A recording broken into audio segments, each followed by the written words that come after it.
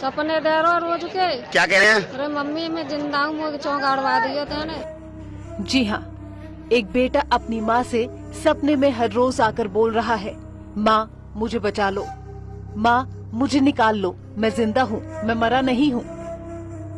ये विश्वास एक माँ का ही है जो 7 दिन बाद बेटे के जिंदा होने की आस में कब्र तक आई और कब्र को खुदवाकर बेटे का शव देखा, कहीं वो जिंदा तो नहीं। पूरा मामला हाथरस का है, जहां 29 जून को घर में जमीन पर सो रहे 17 साल के युवक को सांप ने काट लिया, जिससे युवक की मौत हो गई, जिसके बाद युवक को दफना दिया गया। लेकिन माँ को सपने में बेटा दिखने लगा और कहने लगा, माँ मैं जिंदा हूँ। तो पहले तो माँ को यकीन नहीं हुआ, माँ को लगा ये उसका भ्रम है। लेकिन जब वही सपना बार बार आने लगा तो माँ से रहा नहीं गया और माँ ने प्रशासन की अनुमति से बच्चे की कब्र खुदवाई तो देखा शव कब्र में ही था। सपने दे रहा रोज के। क्या कह रहे हैं? अरे मम्मी मैं जिंदा हूँ, मुझे चौंकाड़वा दिया तेने। अच्छा, मुझे नहीं करवा तो ले। ये सपने से क्या आपको ही आते हैं? घर में सबों को आते हैं? घर में आता है, मोहल्ला वाले लोग भी आते हैं, झाड़ू वाली आए। अच्छा, हाँ। तो फिर उसके बाद आपने क्या किया? हमारे भैया दिल गवाही हमने कही, हम तो कहते ही निकालो चूरा।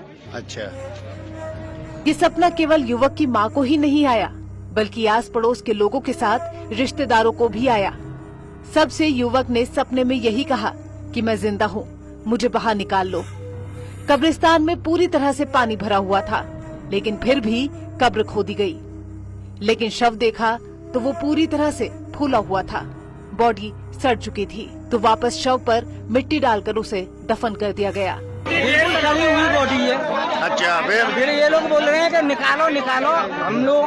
हमने इन लोगों से बोल दिया था, मैंने की भाई बॉडी सड़ी होगी तो हम लोग निकाल नहीं पाएंगे। अच्छा, इन लोगों से बोल दिया, मैंने की हाथ इसका अलग निकलेगा और मैंने की पूरी बॉडी सड़ी हुई है आपकी, अगर आप लोग और प्रेशर गिर रहे हैं तो हम निकाल देंगे, ऐसी कोई बात नहीं है। निकालो ना भैया, फिर समझ गए? तो अब क्या पोजीशन है? अब बिल्कुल पोजीशन ये है कि सड़ी हुई बॉडी है। इसे इत्तेफाक ही कहेंगे कि माँ के साथ साथ युवक के जिंदा होने का सपना पूरे मोहल्ले को भी आया। बच्चा तो जिंदा नहीं हुआ, लेकिन एक माँ की आस एक बार फिर टूट गई। न्यूज़ 18 के लिए हाथरस से सुमित शर्मा की रिपोर्ट।